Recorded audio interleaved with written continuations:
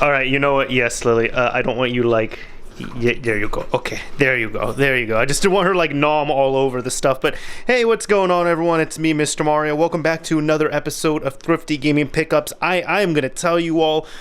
This might be here like the biggest, like maybe the biggest pickup I've had, like if not in a while, maybe ever on this series. For anyone who does not know, this is a series that I occasionally do here on my second channel. This is my second one. If you want something that is, a bit more edited and everything, where I cover like gaming, mostly modding for consoles and all that stuff, you might see some of this stuff on there. My main channel, Mr. Mario 2011, is going to be linked down below in the description. This here's on my second channel, where I just hang out with my dog Lily right there. What I do is I give her some nice treats. There you go. Okay, I give her some nice treats, and really we just like hang out here and go over games that I've picked up. Now I can pick up these games from garage sales, yard sales, thrift shops, which is mainly where the title's from and where this kind of originated, game stores, friends, not so much family. I guess I'm the one in the family who like gets game deals, collects, and all that stuff. But either way, what I do is when I end up getting a good amount of stuff that's worth sharing, I just kind of sit down. Quite literally, like I sit down and talk about it with my dog Lily right here, and we just have a good old time, right? Well, we just kind of go over everything. It's a pretty chill series, pretty laid back, and I've really scaled back on it the last few years, just because a bit of it was, hey, I don't want to buy as much stuff, and also we had a whole freaking pandemic going on. It's still going on, but yeah, what can you do? So either way, we're kind of at the point right now where we're just going to get into the stories here, right? So we're going to be giving Lily some treats probably periodically here. Lily, can you sit for me? Sit. There you go. Okay, and we're just going to start going through everything here. So first of all, let's actually get, I guess this is all based upon 2 weekends worth of stuff, last weekend and this weekend here, although this is going to be coming out weeks later, just because that's how I do my content and stuff. But this is between... Well, let's just get into it. It's been so long, I haven't even really done an episode like this in a while. Right, Lily? Yeah. Anyways, here, we're going to go over the stuff I got from a thrift store, right? I went to thrift stores, or I was going to a few. I wasn't even looking for, I was looking for video game stuff, but that wasn't the point of it. When I was going to these thrift stores, I was actually going for her. You see, my dog, as much as I love her, I don't like her. We're going to get into a little bit TMI, okay? I don't really like her upstairs here when I sleep, because she likes to sleep either in my hallway or in the corner over there, and sometimes she has a tendency to throw up. It's just a thing that dogs do. She tries to make it back down to her, I don't want to say the word, but her little cage, and if I say the word, she's going to go there. Anyways,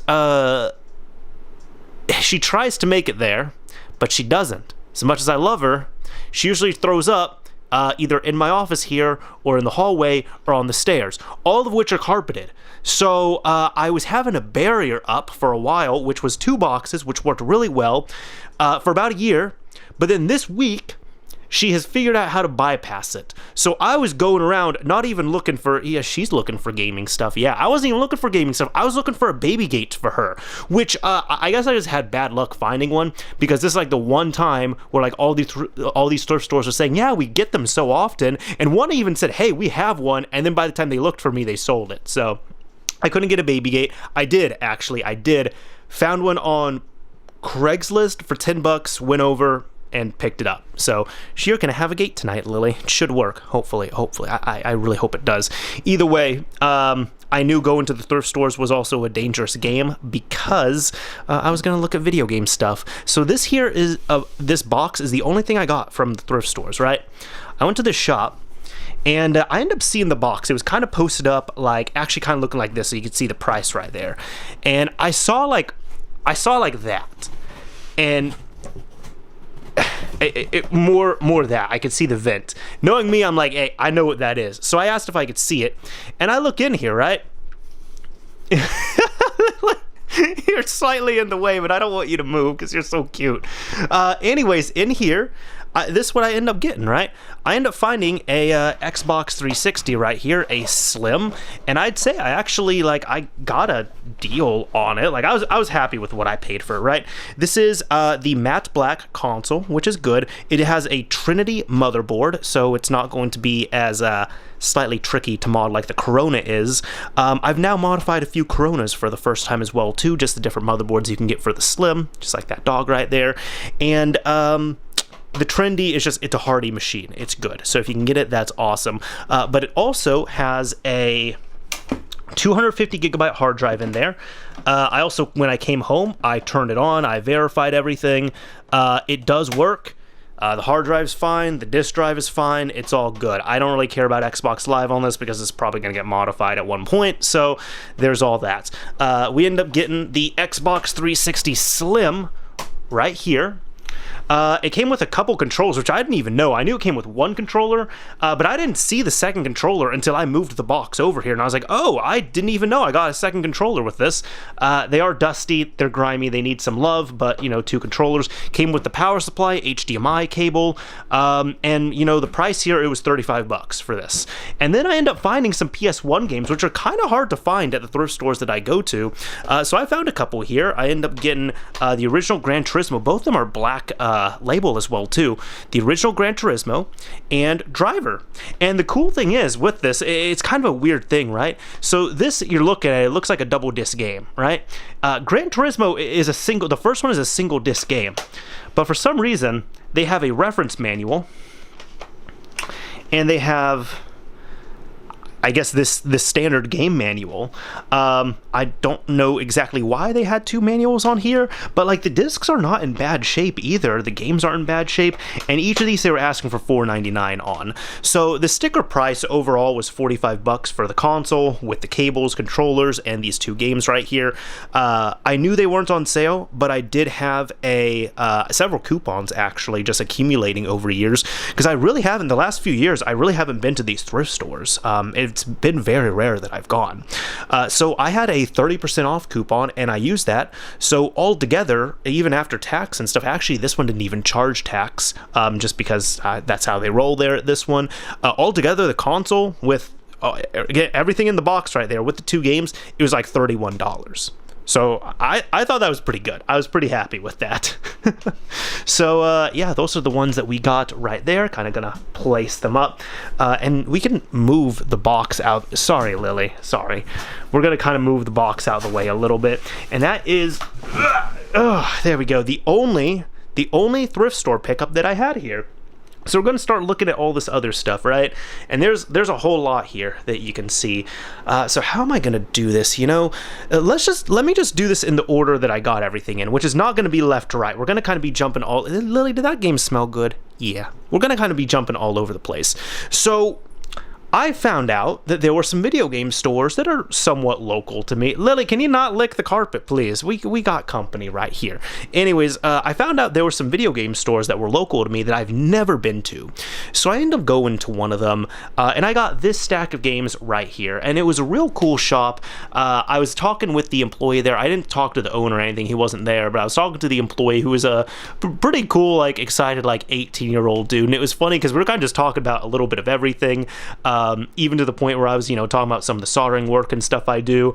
And, you know, it was, I could admire the drive here, right? He straight up asked me, because he was asking, like, hey, do you know how to fix this? He even showed me some discs as well, too. Like, he showed me a Dreamcast game. He's like, hey, do you think this can be fixed? And I told him no, and I showed him why it can't be fixed. Lily, can you stop that? Thank you.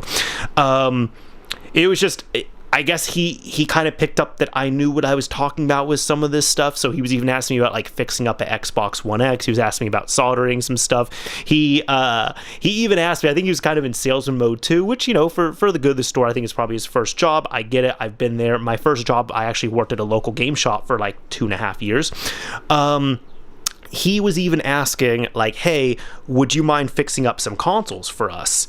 And I was just like, no, I don't want to do that. I like to fix, like, I'll pick up things on my own. If they're broken, I'll fix them for fun. when I start getting into that business mode, like, it stops being fun for me. And he was kind of like, well, you know, like, it's not going to be like a constant thing. We're not going to have like a pile of systems for you, but maybe like 1 or 2 consoles every once in a while. I was like, no. No, I appreciate the offer. Then he even asked me, this is what I thought was kind of funny. He asked me if I could teach him how to solder. And again, I was like, appreciate the drive, but no, I'm not going to do that. I can give you tips. I can tell you what you should buy. I can tell you how you can even start. But I don't have any classes. I'm not going to teach you how to. That's just not something I'm going to do. Sorry about that. Which, like, years ago, see, I feel like years ago, for me, this kind of just a personal aside, I feel like I would be the type of person who I'd kind of be like, oh yeah, you know, maybe like we'll do something. Now at this point, I'm just like, no, like I don't want to lead you along. That's rude. If it's something I don't want to do, or if it's something I don't do, I'm just going to tell you no. Right, Lily? Like, not even my dog wants to learn how to solder. Either way, this is the small stack of games that I end up getting from this shop, right?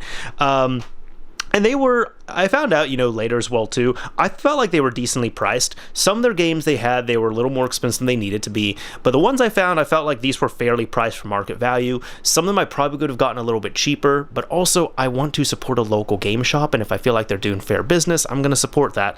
So either way, these are some games that I did not have. I ended up getting Soviet Strike on the PS1. I actually rarely ever see the Black Label copy. I always saw the Greatest Hits version, so this is cool. I paid $10 for this, a little bit more than I would have wanted to, but you know, it's all good. Again, support there. This, I think, was my most expensive game I picked up, Project Horned Owl. I've never even heard of this game, but it looks cool. Yeah, it looks like a cool game. I actually really want to play this. I don't have it in the collection. $40. This is the most expensive game I picked up, but you know what I said, for a game I've literally never seen before, and I think it looks cool based on, you know, some footage and reviews I've seen. Yeah, let's get it. I think I have one PAL PS1 game, and including this, I now have 2. And this is pretty affordable for what it was as well. Silent Bomber, and this is also kind of, I guess, the equivalent. It's not Platinum Hits, actually, but it's, I think no. We had Greatest Hits in the US. I want to say across the pond, y'all had something different. I don't think it was Greatest Hits, but it wasn't Platinum Hits because that's Xbox. But this is kind of a budget release of this game, Silent Bomber, just because even if you look at it here, like, well, yeah, there's like barely a manual in this thing. It's complete, but that's how it is. And also, of course, great games at great prices. So this is a PAL game, but I have ways of adapting that. Even if, you know, I dump this game, I copy it to my PC, I can play it on an emulator and, you know, run it at 60 hertz. So that's fine as well, too. I kind of just won this in the collection as well, because I'm like, you know, I'll have a physical version of this. And I know this is going to be cheaper than the NTSCU version here. But this here was $15. So decided to pick this up. Never played it, but, you know, added now. Now this game, it's funny, not only the game is funny, but just even with this here, I swear, I think this is the one dupe I picked up, accidentally. Now I keep like a Google sheet of like all the games that I have, because I kind of have to at this point, or else I start double buying things. Sometimes I double buy on purpose, like if I know I have a bad copy of a certain game and I find a better one for a good deal, I'll pick that one up, replace it, you know how it goes. This one though, I swear I did not, I have it on 360. I didn't think I had it on PS4, but I had it on PS4. I love this game, South Park: The Stick of Truth. It was $15, which I felt like was a great deal on it. Really good condition as well, too. This game literally made me cry. Not from anything sad, but the game made me laugh so hard the first time I played it that I was like doubled over on my couch crying. I cannot recommend this game enough. Although I know what I'm going to do with this dupe copy, I hit up my brothers and I was like, hey, would you all want this game? If you don't want it, I'm probably going to sell it or return it or something. But it's not a bad game. It's one of my favorites. It's just I don't need 2 copies of it, and I accidentally bought a second copy on PS4. And they said, yeah. So my brothers are going to get that copy, so that's not going to be for me. Soldier of Fortune Payback, never played this. I think I played like the original one years ago, but I've never played Payback on 360. I see this occasionally, and I don't own it, but it was $6. I decided to pick it up. Star Wars The Force Unleashed 2. Surprisingly, I did not have this on 360. I have the first one, but I don't have the second one. This was $12. Decided to pick that up. And those were all the games that I ended up picking up at the game shop. Now, it was really funny because I was talking to the person there, and he was telling me about another store. I'm not going to get into all the drama with it, but in short, he pretty much told me, hey, whatever you do, do not go to this store down the street. So what do you think I did? I went to the store down the street. And you know what? I was pleasantly surprised by that store. I talked with the owner. I talked with the other employee there. I thought they were great people. The stuff that was complained to me, I didn't see those issues there. So I didn't have any issues with them. And in fact, I'm actually even a return customer of that second store. But the second store I went to, they opened up, pretty recently here. And oh my God, I spent at this game shop, there was some real cool people there. I was actually there a little bit after closing, just talking to them. And then this other shop that was down the street was open for a couple more hours. So I decided to go down there. Again, the employees there were awesome. The deals were real great there. And I also met a person there who was another customer. Kind of like, this dude was like, he was a dad. He could have been as old as my own dad. It's like if my dad was playing video games. And pretty much his story, he was a real cool dude. He had deep pockets, so he was a little more eclectic, looking for things that were complete in box, and he could really afford certain things. But his thing was pretty much, he's always been a game collector, always loved video games, and he has sold his collection multiple times over. At one point, he said he had a ton of Nintendo, Super Nintendo, and earlier stuff, and in the 90s, he donated all of it to Goodwill. He had kids, he was focusing on them. I think he probably had a game collection built up again. He sold it all, and at this point now, it's his kids are grown, they're out of the house, they're independent. He's got all this extra time, he's got extra money. So he's just buying back his collection slowly, but also buying up other stuff as well, too, that he didn't get to experience. I love people like that. He was a real cool dude to meet. But either way, him and I were talking, we were shopping around for things, and we didn't really clash with each other, thankfully, because, and by that I mean, we weren't shopping for the same stuff. He was shopping for things that were before my time, so a lot of Atari stuff, and even higher dollar items as well, too. He was like, hey, do you have this... The more rare Outrun game on Xbox, he was looking for that, but he only wanted it complete in box. So he was one of those people, which is not a bad thing. I'm just kind of describing the type of collector he was. But either way, I ended up getting a lot of stuff from this shop, right? So this is from the first time I went there.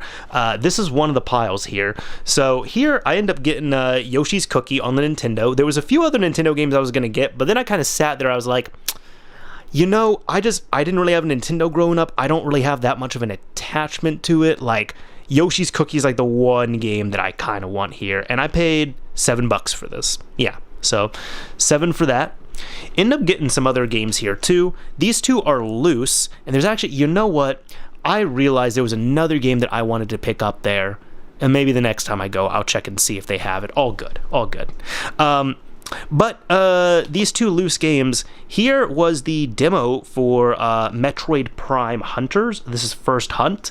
It has this cool little thing where it's if you pretty much tap in the corner of a screen, the bottom screen, of course, the touch screen, I think you can access a hidden menu or something.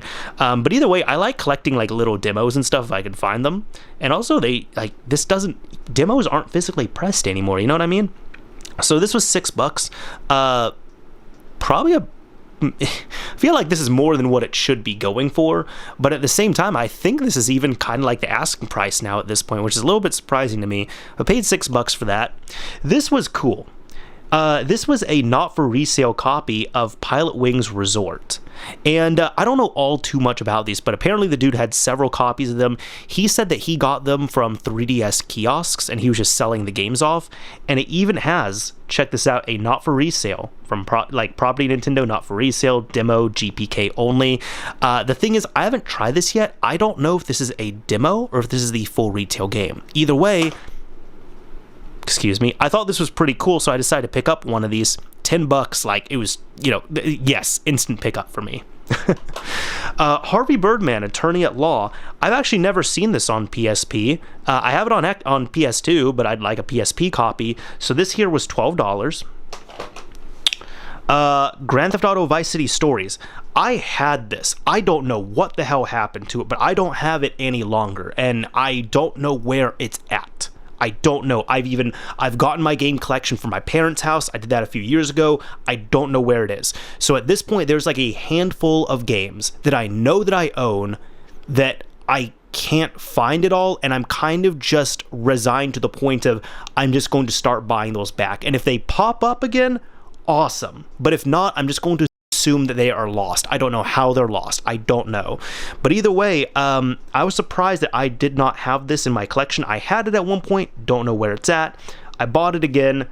Paid a little bit more than I would have expected, $28. But again, now I have all the Grand Theft Autos for PSP again. So, makes me happy.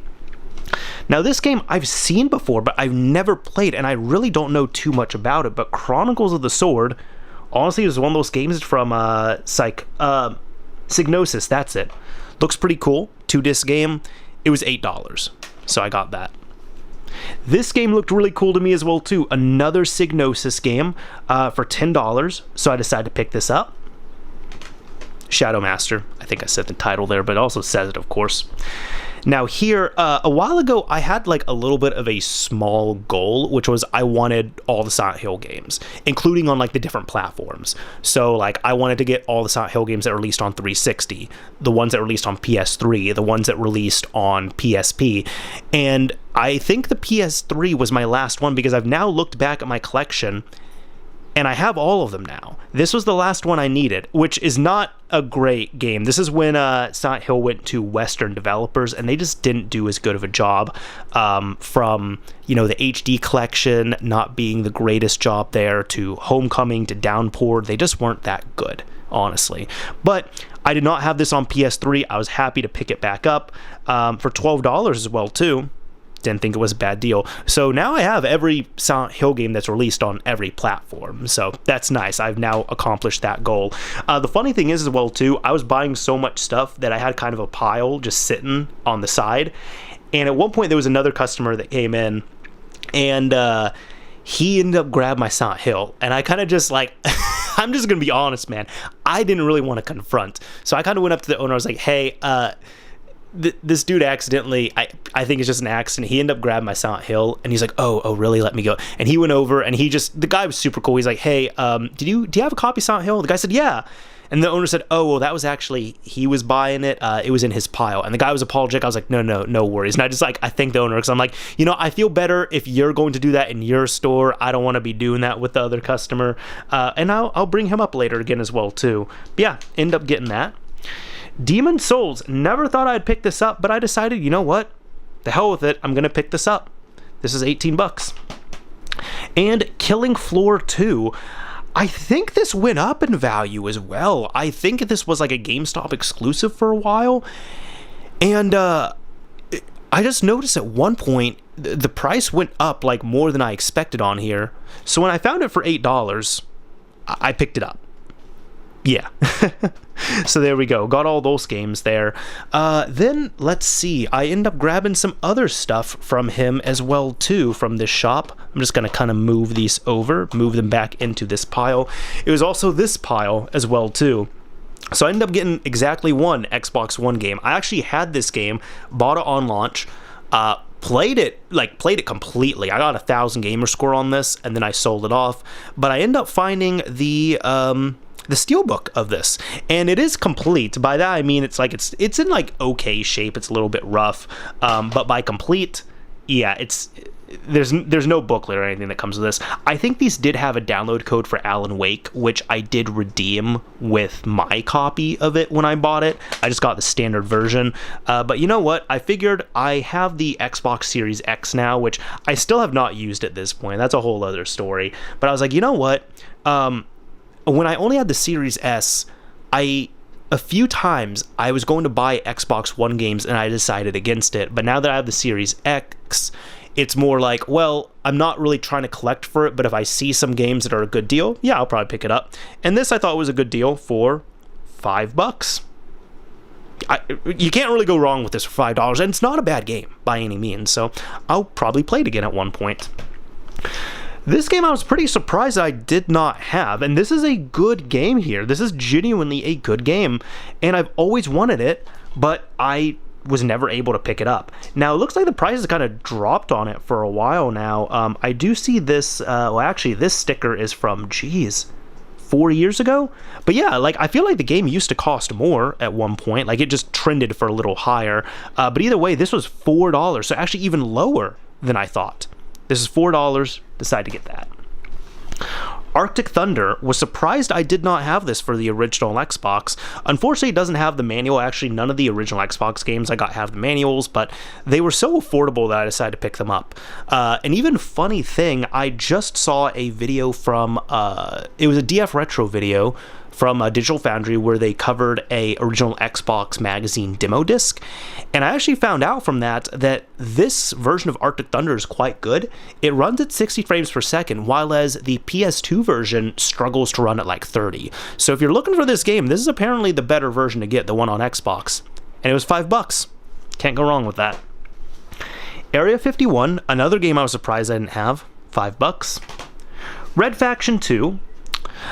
This one, I like the first one more, but I think I don't remember. I think I have it on PS2. I might not have it on PS2. I think I had it on GameCube back in the day. But either way, if I'm going to play this game, I'm going to play it on the original Xbox just because, you know, higher fidelity and all that.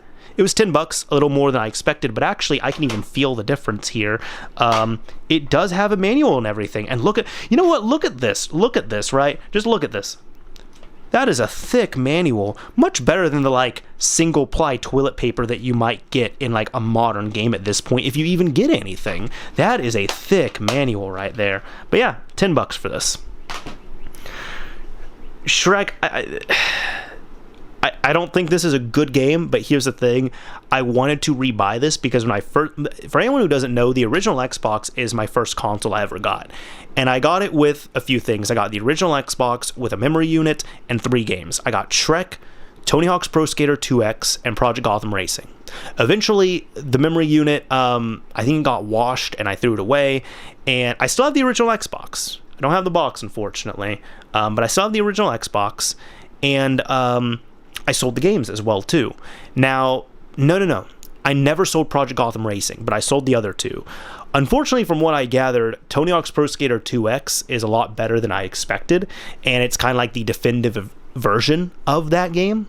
So I never see it. That's like one game that I do want to pick up, and actually I should speak to him about it, the store owner.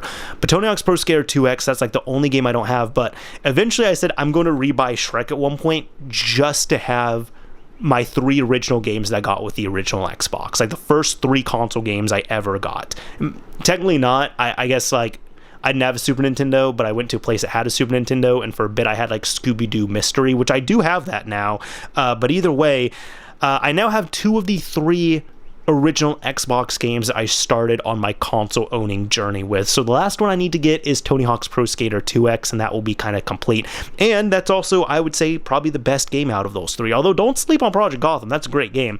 But yeah, Shrek, it's a meme, I guess. $5. So I got some 360 games here. End up getting Clive Barker's Jericho, which I will say, you know, this didn't really have the best reviews. Now, it's a pretty, if you're looking for achievements, which I'm not an achievement hunter anymore, I used to be, that's part of why I picked it up years ago. I picked it up for the achievements, played it, got 1,000, and then sold it. But I gotta say, I was actually pretty surprised with this. Now, I'm one of those people, I believe this is not a bad game. If you looked at reviews from back in the day, this reviewed very poorly. Now, is it the best game? No. Even technically, for some reason the game doesn't have vibration. I don't know why. It's a shooter game without vibration. That's kind of weird. But this came out at around the same time 2 of the greatest shooters ever came out. Halo 3 and Call of Duty 4. So you got Halo 3 that drops, Call of Duty 4 drops, Clive Barker's Jericho drops. Like, of course, when people are reviewing those games in that time frame, when they get hit back to back with 2 of the greatest games ever made in the first-person shooter space, and they have Clive Barker's Jericho, of course the reviews on this are going to suffer. So if you see this review poorly, give it a fair shot. That's my opinion on it. Give it a fair shot because it's actually a decent game. Like, that's why I bought it. I bought it because I genuinely want to play it again. And for $7, yeah, I thought it was worth it. It has stickers all over, but, you know, I picked it up. Dark Souls. This one, I was kind of just like near the end, just like hanging out at the store and kind of looking around for more stuff, and I decided to get this. And it's funny because the older collector I was telling you about, I talked to him and he's like, oh, you know, that is a good game. Like, it's hard. It's really hard. I'm like stuck halfway through, but it is a good game. And I just told him, yeah, you know, I'll be honest, I'm not into the Souls games, so I figured $5. It's in great condition. It's complete. Why not? Also, I'm going to be honest. I told him this and he kind of laughed. He's like, yeah, I understand. I was like, you know, I'm probably, yes, this is not the way you're supposed to play these games. I'm probably just going to like load this up with a trainer or cheats or something on a modded system and play it that way. I don't really want to get super frustrated and angry while playing this game, but I did want to pick it up. And again, complete for $5 in great shape. I thought that was a good deal. This is a game I used to have. I sold, and I'm surprised I did not have it. I have the first one, but I didn't have the second one in hand. And this one is complete, actually. I can feel it. So this is $10 for Overlord 2. Yeah, don't have too much to say about it. Just happy to have it again, give it a fair shake. Tekken 6. I have never owned this game. I very much liked the Tekken games when I was younger. When I've replayed them somewhat recently, I still enjoy them as well, too. But I thought this is in pretty great shape as well. Again, never played this. It is missing the slip cover, but aside from that, it's complete. And this is $8. So I thought that was good. And I like to pick up these compilation discs if I can. These are all three really great games too. Trials HD is fantastic. Limbo is amazing. Splosion Man is so fun. $8 for this, yo. $8. I was very happy with this purchase. So there we go. I think, let me see where we're at here with it. So yeah, these were from that shop that I told you about. And the thing is, I told you all the sticker prices here, which I thought were pretty good. Now take all the sticker prices and take 20% off. Because the dude was having a 20% off sale on everything in the store. Everything, even including consoles as well too. So every single thing that I just priced out here was 20% off. So like Pilot Wings, this was $8 in actuality. Any game like Overlord 2, that was $8. Dark Souls, that ended up being $4. So real good deals on all of that. Real good deals. I was very happy. Like, the games are already pretty fairly priced, but with the 20% off, I bought a little bit more than I needed. So those were the two stores that I ended up going to, and then I found out that there was going to be a swap meet. Now, I pretty much never go to swap meets, don't know about them, not clued in on them, but I decided to go, and there was a bunch of gaming vendors there and such. And then we'll just go into what I was getting here. So first of all, let's see, how am I going to do this? Let's just cover the games first. So these were the only games I ended up getting from this swap meet, right? Actually, that's not true, but still. I saw this at a vendor's table, and I was like, what the hell? This is, I thought this was a demo. It's not a demo. First of all, this is a import, as you can see, because it has the Peggy logo on it. And second, the case is kind of broken, since this is such a specific case. Actually, I could probably get another one of these. Okay, I'd have to probably import it, but I can get another one of these cases. But either way, check this out. This is a retail PS3 game, but as you can see, it's in a completely different case. It says not for resale, and promo copy, not for resale. I feel like this has to be a review copy or something, or just something that was given out as a promotion for free. Not only not to the public, this is a private type thing, maybe for a magazine or whatever. But I've never seen this, and I was so excited to see this. And I asked, the guy saw me looking at it, and he was like, yeah, that's the full game right there. It's not a demo. I was like, I know. I think this is a review copy. And he's like, yeah, well, it'll work on the PS3 because it's region free. And I told him, yep, I know that. And he was saying, well, I tried it, and it's the full game, and it works. And I was shocked. He was asking for only $5 for this. Because this is not, it is, but it isn't. It is a retail version of the game, but it's not a standard retail version of the game. But yeah, $5 for this. I didn't even try to haggle. I was like, yes. And even just for this game by itself, Zone the Enders HD collection, that's an amazing deal. But I I wonder, maybe voice your opinion. Do you think it adds more value or not that it's one of these like more special type? It's not even a special edition. It's like a promo copy of it, but it's the full retail game. It works on a retail PS3. That's how it is. So $5. And I guess kind of the bittersweet thing, I found out when I came home later, I was like, wait, I own this on 360, but I don't own it on PS3. And the reason why I say it's bittersweet is because I got a copy of it for $5 on PS3, but I would also like to have like the retail release as well too, because this is kind of like a real cool keepsake, even though it is playable by all means. So I saw it at that swap meet, but I just assumed that I had it, which technically I do, but that's just, I guess, another version now. So that was $5. This game I had when I was a kid. I very much enjoyed it, but I ended up selling it off. So I saw it, and I decided to pick it up. $5 for hurdy-gurdy. It's a dumb game, but it's fun. This game, I was kind of surprised. I didn't own this either. And this is probably one of those games, again, I'm not super into games like this, but, I'll fire it up with some cheats and have a lot of fun with it. $15 for Contra Shattered Soldier. I'm okay with that. Got that from another vendor. So I ended up, I'm going to kind of do this in chronological order, right? Or no. We'll do it a little bit reverse. It's all good. So I saw this, right? I've never owned a Game Boy DMG. Actually, excuse me. I owned a Game Boy DMG, the original model. I owned one for like 5 minutes. Pretty much when I was a kid. I found it at a thrift store for like $2 or $3. My mom and I, she decided to pick it up for me. We got some batteries. We tried it out in the car. Did not work. We took it back in, and they did return it. They didn't have to, but they did take it back. And now, even thinking about it so many years later, 1, I could have probably fixed it. 2, it was probably just an issue with the contrast right here, with it not working. But this here, I kept seeing this. And it was calling to me, right? It was cheaper than any other Game Boy I saw. And I passed by this thing 4 times. I looked at it 2 or 3 times. And as you can see right here, it says lines on it. I don't have any batteries in it, but pretty much when you turn it on, there are 2 black lines, one right here, one right here. Now, there's a couple things that you could do. One is you can fix that up.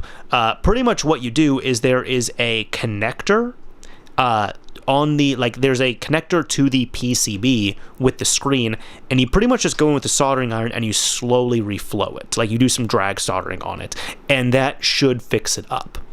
The other thing is you could just straight up replace the screen. And that's actually what I'm going to be doing. I ordered a whole kit with a whole new IPS screen, a whole new shell. So even if all this is kind of dirty and grimy, and as you can see, it's dented right there, I paid $50 for the kit and $30 for the Game Boy, which I'm okay with. And I will have, a pretty cool DMG Game Boy right here. So I'm excited for that. But I figured, as it works. It works, and even I'm confident I can fix it up, but I'd rather just have, a nice customized, IPS display original Game Boy brick. That'd be real cool. But yes, you're seeing it right here. I paid $30 for this, which I thought was pretty cool. Funny enough, again, it kind of just goes to show how the state of, I guess purchasing is right now and everything, when, like I said, so many years later when I was a kid, years ago, I should say, I found one of these at a thrift store for less than $5. So there was also a guy I spoke with a couple times who he was just kind of selling some random stuff, PlayStation related stuff. I kind of freaked out. I saw a boot disc there, which, in case you did not know, it's pretty much, there is, on the original PlayStation, there's a button back here. And if you hold down that button, the disc will keep spinning. Now, as you can see, there's this little peg right here. So when you open this up, the disc will stop spinning. Now, what you can do is if you can block that sensor, you can do a swap trick to play imported or burned discs. Or there's also swap discs, which make it much easier. Pretty much what they do is they come with a spring, so you set it right there, so you can have your console open and it can run like this. But ideally, what you do is you put the swap disc in, you run it. It will tell you at one point, hey, put in your original game, and it will stop automatically. So you can open this up. The button is still going to be pressed down, but the disc is stopped, so you can pop out the boot disc, put in your burn game or import game, and close it up. Now, I'm realizing now in hindsight, I probably could have haggled with him too, but he was asking for like $15 for it. I already have a boot disc. I don't use them anyways. I know how to program and install mod chips and such, but I thought it was really cool to see one of those in person. And I was talking with this guy, and we had a real good time talking because he told me he used to fix up PlayStations and a bunch of other electronics for pawn shops. He was, programming mod chips and installing them and everything. He used to work with the MM2. That was it, but it's been so many years. So he had these two consoles right here, and he just said, yeah, these two, I'm just trying to clear out space in my garage, trying to make my wife happy. These are both untested, and he had a bunch of other Atari games and stuff, which like Atari I'm just not into. I have an Atari 2600. I have the few games that I want for it, but I'm not into collecting it, really not into playing it in all honesty either. Just a cool thing to have. Either way, he was telling me about this, and I talked to him at the beginning, and then as I was leaving, I talked to him again, and I was like, you know what? I shouldn't do this, but I'm gonna do this. He had these two PlayStations right here, untested, being sold as is. He asked for $5 for each of them, and I paid $5 for each of them. I'm gonna get into the issues with them later, but yeah, $5 for which model is this? 9001. So unfortunately, it does not have the parallel I/O port, and a PS1 Slim that I also paid $5 for. So real nice. Now, I didn't get that much stuff, it looks like, from the swap meet. I just got like this little, batch right here. But there's a whole other box that I got, right? Because on top of that, like, there was the games I was looking at and everything. And the thing that also convinced me to get the PlayStation was, it's like, it's kind of one of those things, it's a little bit of a dangerous game. When you start buying stuff, it's kind of easy to keep buying. I end up getting this other box right here. And honestly, there's only two things I'm going to show you. Two things that I was interested in. Let me kind of move all this over. There we go. And I'm going to, good God, I'm going to bring this box over. Excuse me. I've kept it out of frame completely here. But here we go. So I found this box, and there was these two PlayStations in here. And I asked the guy, how much do you want for the PlayStation? He's like, oh, the whole box, $30. I'm just like, oh, okay. So it's kind of it's an all or nothing thing, which I get. You want to move stuff. And he's like, yeah, both the PlayStations, they work. And, I think the cables and stuff are in there. There might be a controller. But yeah, the whole box is $30. So typically, like, if you see a PlayStation sells for like $30 or $35, so two PlayStations that are supposed to be working, we're going to hope that's the case, and a bunch of other games for $30, I'd say that's a good deal. Also, I was getting so much stuff that, like, having the box did help. So let's go ahead and kind of go over what we got here. I got one PlayStation right here. This is a 5501 model, maybe? Because the thing is, look at this. This is two tones right here. So obviously this shows me that this has been like swapped at one point, because those are two very different tones. But it was at least something that was prior to the 9000 model, because it still has, the top piece still has the parallel I/O ports right there. So I end up getting one of these PlayStations, a 5501. I got another PlayStation here, a 7501, which I believe pretty much, this one you could put a chip in. I guess this one you could do that as well too. Technically they can take the SIO. I already have a SIO installed.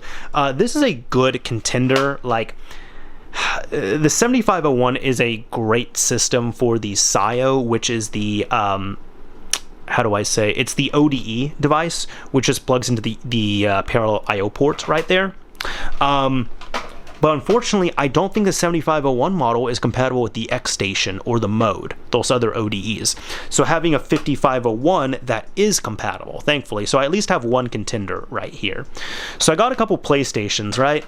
And what we're going to do is we are going to go through this box together. I don't know what I bought. I don't know what's in here. And I've been waiting for this episode because now we can go through everything together, right? So we're going to do that. So let's see. For $30, I got two PlayStations, and what the hell is this? This is Combat for the 2600, which comes with Tank, Tank Pong, Invisible Tank, Biplane, and Jet Fighter. All right. Oh, this is actually in good shape too. Asteroids for the 2600. Pac-Man, I do have this. It's not great, but I have it for the 2600. A 5200 game, Pac-Man, yet again. World Series Baseball 2K1 for the Dreamcast. Complete, it looks like.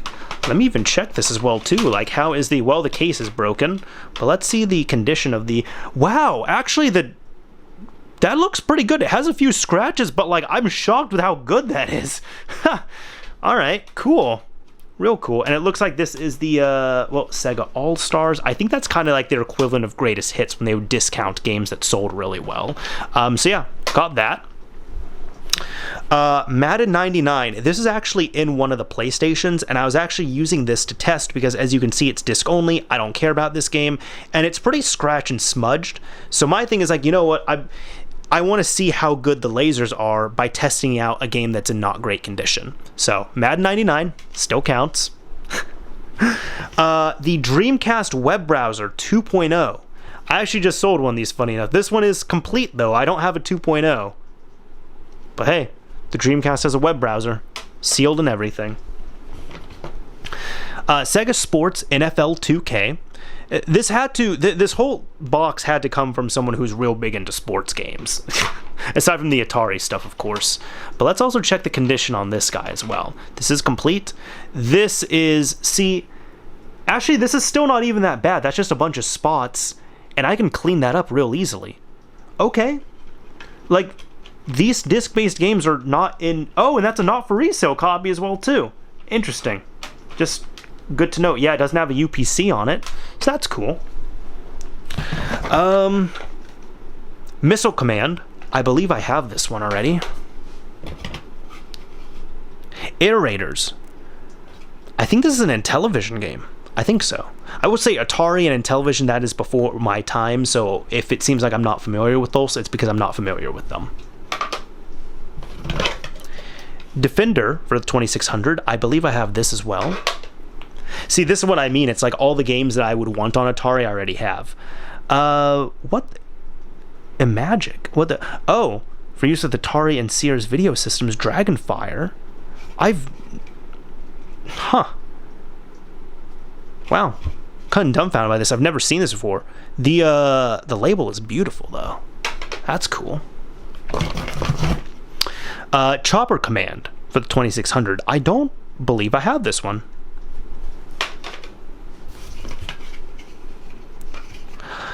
Firefly. I do not have this one. I would have recognized it for the 2600 by Mythicon. Huh. That's cool looking. All right. Centipede for the 2600. I believe I do have this. Berserk for the 2600. I don't believe I own this one. Circus Atari. I've never seen this one. Don't own it. Haven't heard of it.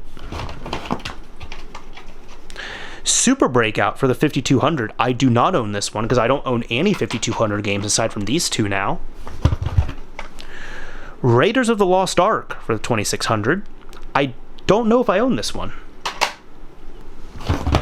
And Star Raiders for the 2600. I don't believe I own this one. And lastly, you have a original PlayStation controller, an AV cable, and a figure 8 power cable. So honestly, for $30, like all the Atari games here and the few Dreamcast games and the two PlayStations, like that's pretty good, I would say. Now I am going to just say as well too, what I'm going to do most likely is I'm probably going to be taking, you know, these Dreamcast and PS1 games as well as all the Atari games, and I'm probably going to be selling them just because it was cool to look through these. But I'm going to be super honest, I just don't really have any drive or desire or personal love for like the Atari. I got the respect there, but I just know I'm never going to play these games. So I do know that all the games here, like the sports games there, and then all the Atari games, I am going to be selling. But it was cool to get all these here. And, you know, even if I can get, like, for all these, even if I can get, like, $5-10, like, $10 is wishful thinking, I would say. You know, at that point, that's $10 for each PlayStation, which isn't bad. So that's cool. I'm going to move them over. Now, let's talk about these PlayStations real quick. The PlayStations, disappointingly enough, right, the ones that should have been working, I actually had more issues with. And then these ones had their own things as well, too. So let's kind of go into this here. I don't remember which one was which, but pretty much what happened was I also went in and I cleaned the lasers on all of them with 99% isopropyl alcohol and Q-tips. And I still wasn't really having any luck. I think I just needed to give it some time to dry and such, because I came back to these like 2 days later, and it was like they were completely different systems. Pretty much what we have at this point, I don't remember which one here, but one of these PlayStations works well, like works just fine. Another one of the PlayStations, I can tell, has a bit of a weak laser, but it works pretty well. So, like, it works okay. So one of the PlayStations that I got works okay. One of them works, you know, fine now. This PlayStation, these two are the untested ones. This one, I had a bad feeling about. Turns out works perfectly fine. Perfectly fine. Has no issues. You put in a game, it boots beautifully. This PlayStation, however, the disk drive worked, but when you hooked it up to power, not power, actually, yeah, power technically, when you would hook it up to power, it wouldn't stay on unless you held down the power, and then even when you were displaying it, the video output was just garbled. It looked awful. It was black and white. It was super unstable. It was jumping all over the place. It was awful. But the audio still worked. I actually found out that is a very common issue with these PS1 Slims. And it comes down to one capacitor, really. There is, around the back here where the video output is, there's a few capacitors. One of them is for composite video. Another one is for, I believe, sync on Luma, I want to say, if you're using RGB. And there is one up front here for audio. Now, audio is, and the reason why I say that is because, like, I singled those three out, is because they're all 220 microfarad 4-volt capacitors. So actually what I did was I was excited to work on this, and I'll tell you, it's all working now. Like, all these consoles actually work now. And I was thinking I didn't really want to replace a laser, because here's the thing. An original PlayStation is like $30, $35 on the used market at a game shop. Getting a new laser assembly is like $20-25. Even if you order it from China, like straight off AliExpress. So I'm like, I don't really want to put that kind of money in there. So even so, if any of these three, mainly I guess these two, or I guess these three, really if any of the lasers go out on them, any of these systems have good ODE options. So I don't really mind, like, do I want them to work? Yes. And that was the thing. If I can get all of them to work properly, that's all good. But if a laser goes out on one of them, pretty much I can install an ODE in that one. You know, it works. Or even, I think it was like, I want to say, because this is the 50, which one?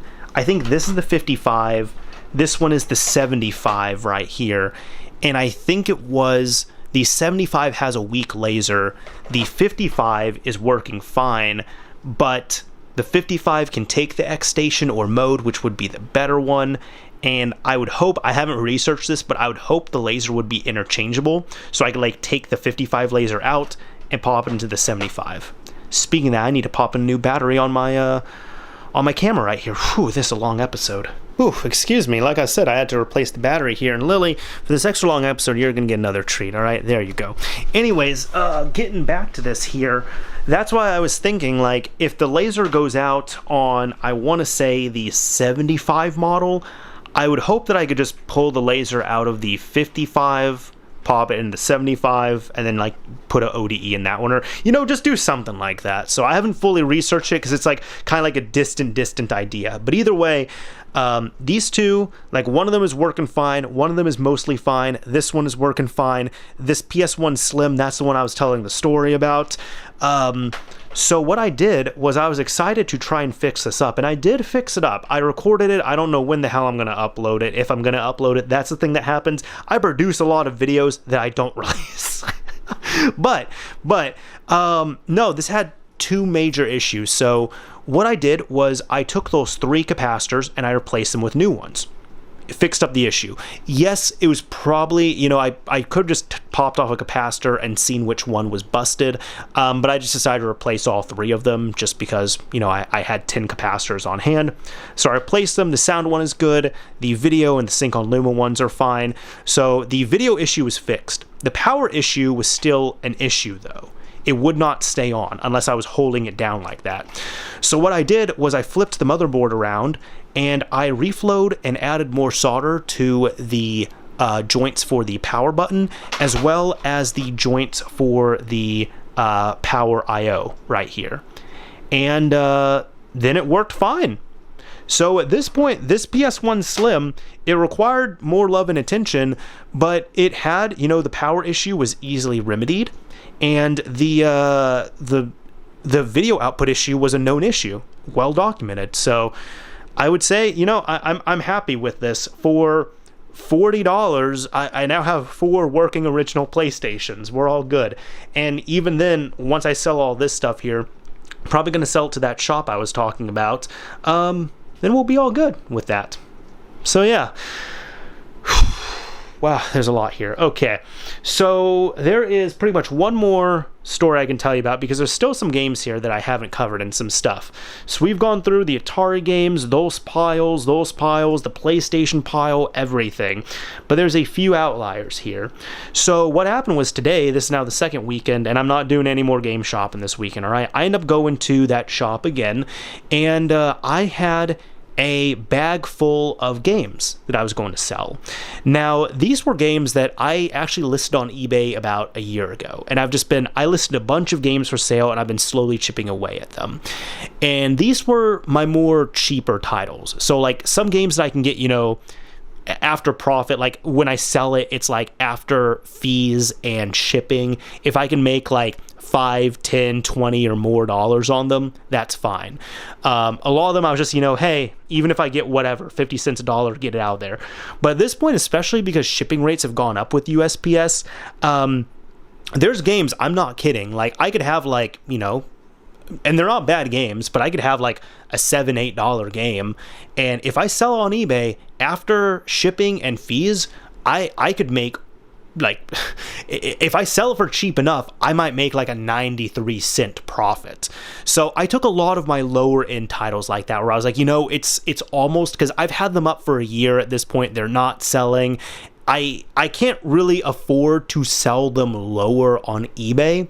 So even if I go to the store, even if they give me $1 for some of these titles, I'm perfectly fine with that. Even if they give me less, even if they give me 50 cents, that's better than, you know, what I'm doing on here. Because it was to the point where for me, I was like, these specific games, which there was a good amount of them, I was like, these specific games, I cannot afford to drop my prices on them on eBay, but they're not moving. So I took a bag full of games, and yeah, I guess this is what we'll do here. So I end up getting a few things from this guy, right? This small stack right here, I end up getting Borderlands, the Handsome Collection on PS4 for a whopping $5. I was really shocked that this was priced so low. So $5 for that. I've never seen this release, actually. I was surprised with this. Never seen it, never heard of it, but Need for Speed V-Rally. $5, decide to pick it up. Another PS1 game. I really love my PS1 games. Grid Runner. I've heard of this, but I've never played it. $5. Again, picked it up. Grudge Warriors. I was kind of unsure about this, but I saw some reviews, and it seemed to be reviewing all right. It looks like a fun game here. So, for $5, I said, why the hell not? And this game here, Off-World Interceptor Extreme, I will acknowledge that it's not a great game, but here's the thing, years and years ago when I was a kid, I saw the long box for this in a GameStop, I wanted it, parents said no. I was just so intrigued that this is like a racer game on the PS1 that's rated M. I have played it before, it's okay. It's not like a great game, but interesting. It was mature for mild language and suggestive themes. Huh. All right. Either way, the only downside is that I love these long box games, but this one does not have a manual with it. But I mean, seriously, look at this. Like, the art and everything, that's so cool. I love these long box games. This is one that I've wanted for a while. Like, for a while. So I saw it for 15 bucks, and I'm like, you know, it's probably definitely raised in price. Not too surprised with that, but for 15 bucks, okay, yeah, I'll get it. I love my long box games. So these are the games that I got, right? That little small stack. Then I end up getting this 360 as well, too. I feel like I need to rescue 360s when I see them. If I can find a good deal on one, I pick it up. And there's times I do turn them down. Like, for example, today I was at another thrift shop. I saw a 360 there. It was a Jasper, which, like, I always try to get the Jaspers if I can. One of these fat motherboards here. It's in my opinion, the Jasper is the most reliable 360 out there. But the downside was that they were asking for like 75 bucks for it.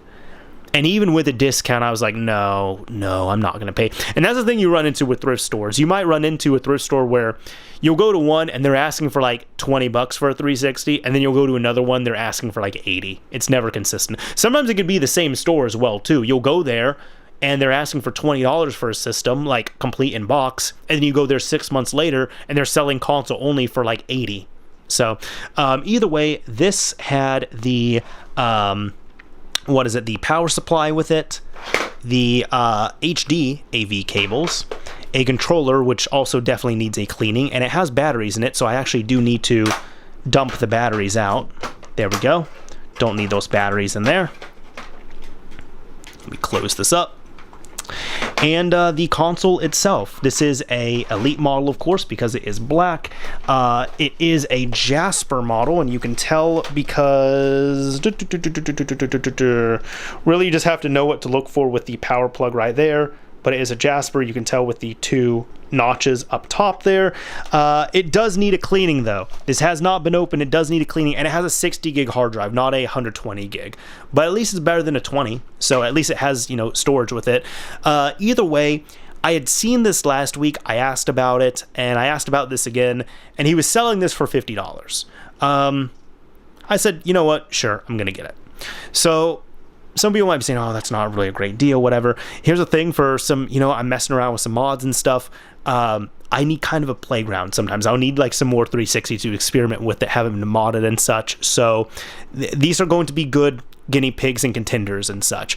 Plus, it's like, eventually the 360s do leave the nest as well, too. So they might be with me for a while, but eventually they do leave and they do get rehomed and all that. But either way, it's going to go to a good cause. So I felt like, again, like him, I like his business. I thought it was a fair deal as long as it worked. And I even told him, I said, oh yeah, don't worry. Like when I get home, it's going to get ripped apart. It's going to get ripped apart, clean and everything. But I just want to make sure it works for $50. And he said, yep, he tests them and everything. And he did. Both these systems work, thankfully. That one was from the thrift shop, of course. This one was from his store. So what was going on with this? Yeah. So this was $50. I already priced out the games here. Now check this out. He was still doing the 20% off. So, for example, the 360 instead of $50 was $40. Instead of $15, this was $12. This was $4. This was $4. This was $4. This was also $4. So I got 20% off of everything. On top of that, I was bringing stuff there that I was selling, and I got $60 for it. And I asked him if he does any more in cash versus trade. And this is cool. I guess probably because he's newer, he said no, he does the same. So whether you do cash or trade, it's the same value. So I had $60, got to apply it towards this, got the 20% off. All in all, after tax, I paid like $11 and some change for like all of this right here. Which again, I mean, you could say, yeah, there was all that other stuff that was, you know, sold and all that. But the other stuff, like, it's kind of, I already had it. It wasn't being used. It was a lot of dupes and everything. It wasn't like stuff from my own collection. It was pretty much the games that I've been selling have been either duplicates or games that I know I will never play or care for. Like any sports titles I have, I end up selling. Or even like I talked about all these Atari games.